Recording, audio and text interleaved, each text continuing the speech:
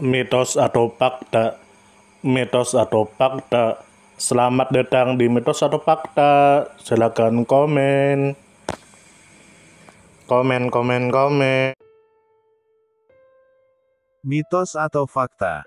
Kali ini kita akan membawakan sebuah cerita yang tersebar di tengah-tengah masyarakat. Yang mana silahkan Anda semua tebak apakah itu hanya mitos atau fakta yang pernah terjadi.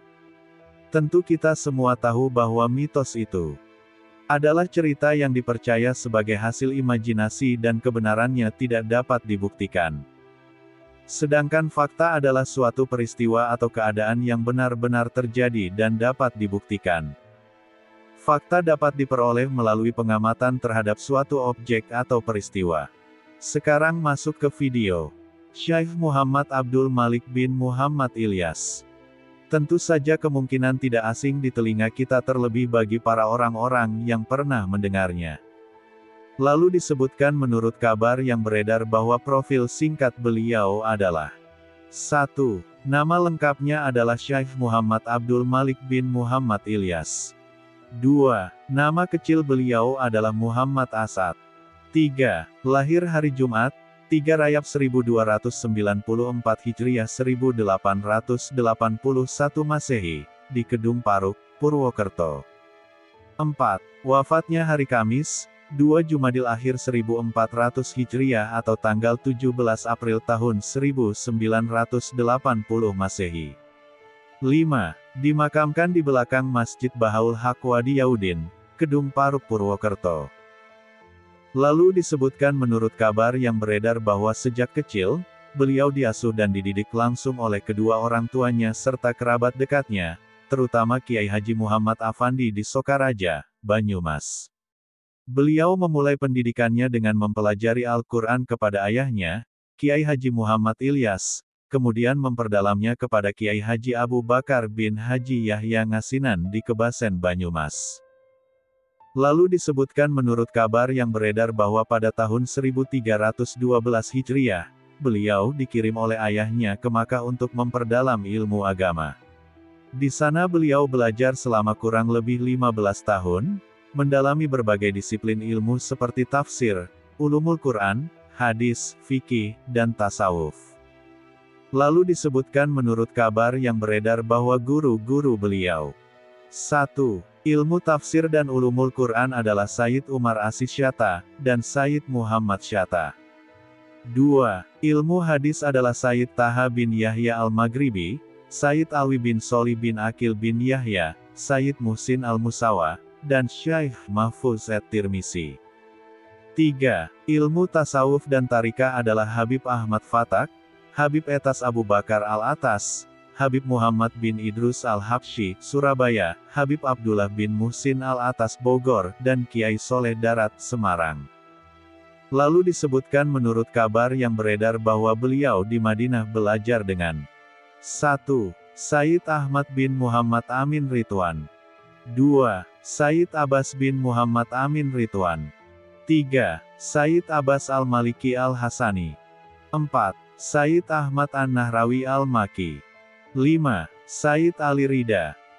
Lalu disebutkan menurut kabar yang beredar bahwa sepulang dari Makkah sekitar tahun 1327 Hijriah, beliau mengabdi kepada kedua orang tuanya hingga ayahnya wafat pada tahun 1333 Hijriah.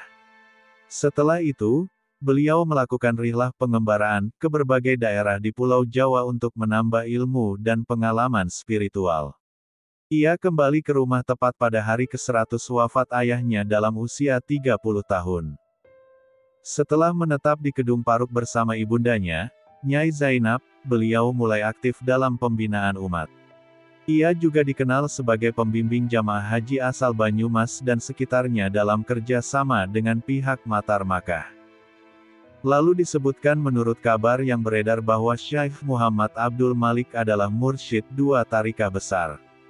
1. Tarikah Naqsyabandiyah Al-Khalidiyah, yang sanadnya ia peroleh langsung dari ayahnya, Kiai Haji Muhammad Ilyas. 2. Tarikah Syaziliyah, yang sanadnya ia dapatkan dari Sayyid Ahmad An-Nahrawi Al-Maki di Makkah. Lalu disebutkan menurut kabar yang beredar bahwa Syekh Abdul Malik dikenal sangat sabar, zuhud, tawadu, dan bersahaja. Beliau sangat dicintai masyarakat Karesidenan Banyumas karena akhlaknya yang luhur dan penuh kasih sayang. Setiap hari Selasa pagi, beliau berkeliling mengunjungi murid-muridnya di berbagai desa seperti Leduk, Pliken, Sokaraja, Dukuhwalu, dan Bojong untuk memberikan sedekah berupa beras, uang, atau pakaian. Ia juga rutin mengingatkan murid-muridnya untuk hadir dalam pengajian selasanan, forum zikir dan tawajuhan pengikut Tarikah Naqsyabandiyah Al-Khalidiyah Kedung Paruk yang diadakan setiap hari Selasa. Lalu disebutkan menurut kabar yang beredar bahwa Syekh Abdul Malik wafat pada hari Kamis 2 Jumadil Akhir 1400 Hijriah atau tanggal 17 April tahun 1980 Masehi dan dimakamkan keesokan harinya seusai salat Asyar di Kompleks Masjid Bahaul Haq Wadiyaudin, Kedung Paruk, Purwokerto. Bagaimana menurut Anda semua? Apakah cerita di atas adalah mitos dan cerita sebelum tidur atau memang fakta? Silahkan tulis di kolom komentar. Note: kami bertanya kepada Anda yang mendengar dan melihat video ini.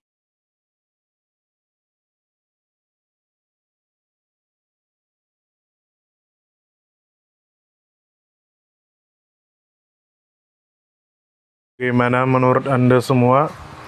Apakah itu mitos atau fakta? Jika mitos, silakan tulis di kolom komentar. Dan jika fakta, silakan tulis di kolom komentar. Karena kita tahu bahwasanya mitos itu adalah cerita yang dipercaya sebagai hasil imajinasi dan kebenarannya tidak dapat dibuktikan. Sedangkan fakta adalah suatu peristiwa atau keadaan yang benar-benar terjadi dan dapat dibuktikan. Nah, jadi bagaimana menurut Anda semua? Apakah ini mitos atau fakta? Silakan tulis di kolom komentar.